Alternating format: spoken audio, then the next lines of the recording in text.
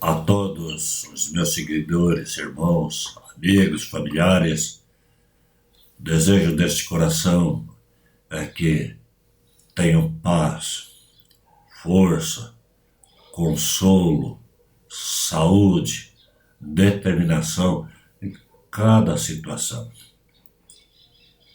E vou dizer novamente, estes vídeos que a gente publica são para a glória de Deus. Ele é o Senhor, Ele é o governo mundial.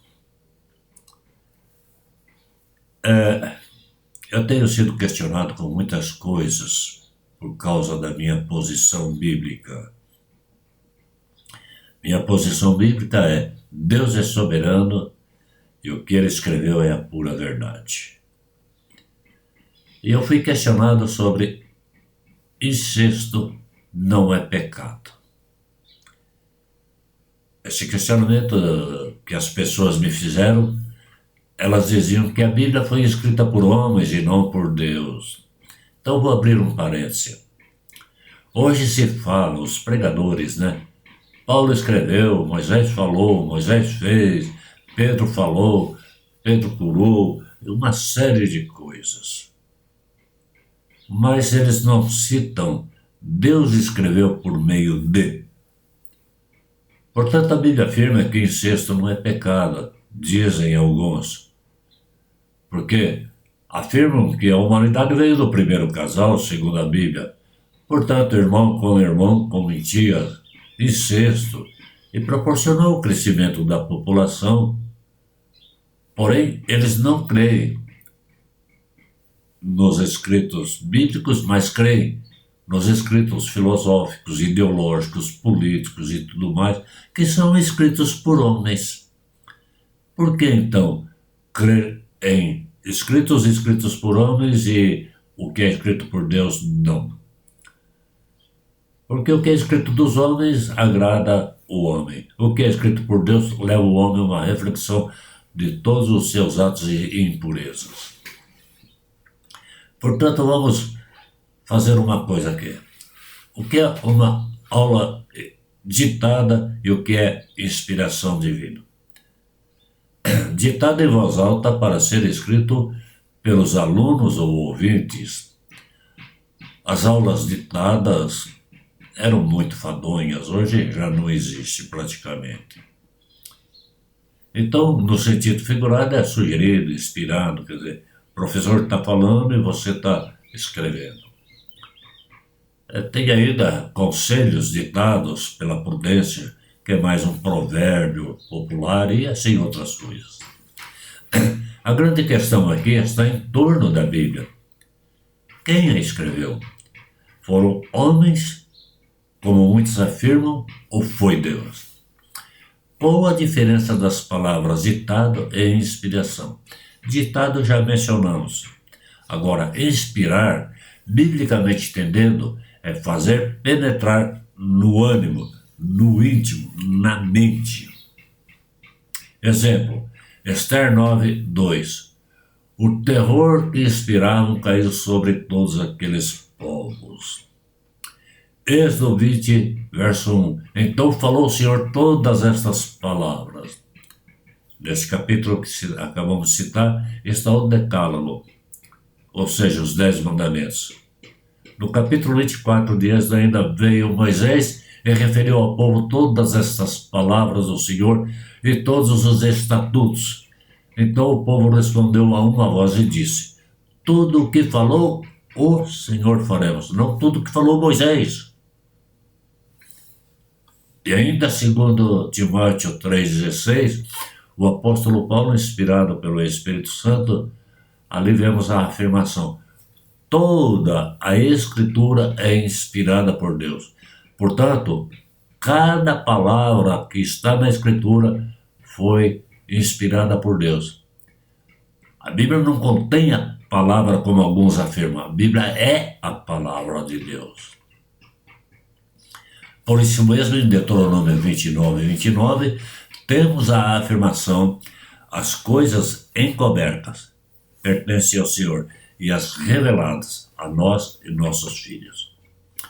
Podemos então afirmar que a Bíblia, ou palavra de Deus, não é de pensamento humano, e sim revelação divina. Até mesmo os atos pecaminosos, os deslizes dos escritores, são inspirados por Deus e nos servem como lição. Vamos aos fatos. Adão e Eva eram puros antes de desobedecerem ao mandamento e não comer da árvore do bem e do mal. E tinham a ordem de encher toda a terra. Porém, em pureza, eles eram puros. Após o pecado, então aí a coisa muda. Vieram malícia, maldade e a sensualidade. Antes do pecado estavam nus e não se envergonhavam. Depois da desobediência, perceberam as diferenças físicas e por isso veio a sedução. Gênesis 3:7. Abriram-se os olhos e ambos, percebendo que estavam nus, coseram folhas de figueira e fizeram cintas para si. Para mim, a palavra-chave desse versículo está na palavra cintas, ou seja, cobriram as partes íntimas. A consequência foi a separação de Deus. Perderam o privilégio de viverem com os seus descendentes eternamente puros, sem maldade, sem malícia, sem sedução, juntos a Deus. A consequência maior ainda foi a criação de duas raças, e a da semente do homem, uma raça, e a semente da mulher, outra. Conforme Gênesis 3:15, temos uma semente contra a outra. Em Adão, todos morrem, ou seja, estão destituídos da glória de Deus, conforme Romanos 3:23. Depois do pecado, ainda contemplamos já o primeiro homicídio por inveja. Entre irmãos, Caim matando Abel, sendo, portanto, Caim totalmente excluído da graça divina. Duas raças, os que ficam sempre separados por Deus, isto é, a justiça de Deus aplicada, e os que estão predestinados para a salvação, são resgatados, regenerados daquela desobediência, e aí aplicado o amor. Justiça e amor de Deus completamente aplicados com toda a perfeição. Daí o incesto fica comprovado, pois, que é pecado. A geração humana deixou de ser santa e ficou na prostituição e no pecado. Então, é declarado por Deus que toda atividade sexual fora dos parâmetros divinos é pecado. O incesto e toda outra qualquer atividade que não está autorizada na Bíblia é abominação contra Deus. Não podemos, no entanto, julgar, condenar ou ser extremista contra os abomináveis. Pelo contrário, Jesus diz que nós devemos amá-los, porém sem sermos coniventes ou introduzi-los no culto de adoração a Deus. O incesto, portanto, não é permitido pela palavra do Senhor, pois até a própria ciência prova pelos exames que podem gerar um novo ser com vários problemas de saúde física, problemas físicos, inclusive mentais. Temos ainda o dilúvio, que surge como juízo de Deus pela corrupção total do ser humano na época. Nesse dilúvio, temos Noé e sua família sendo separados da morte pelo dilúvio. Contudo, na família de Noé, temos um filho eleito e os demais continuam na descendência de Adão, ou seja, caídos da graça do Senhor. Depois, temos a Torre de Babel, que estava sendo construída pela humanidade para a destruição de Cristo, queriam estar acima de Cristo.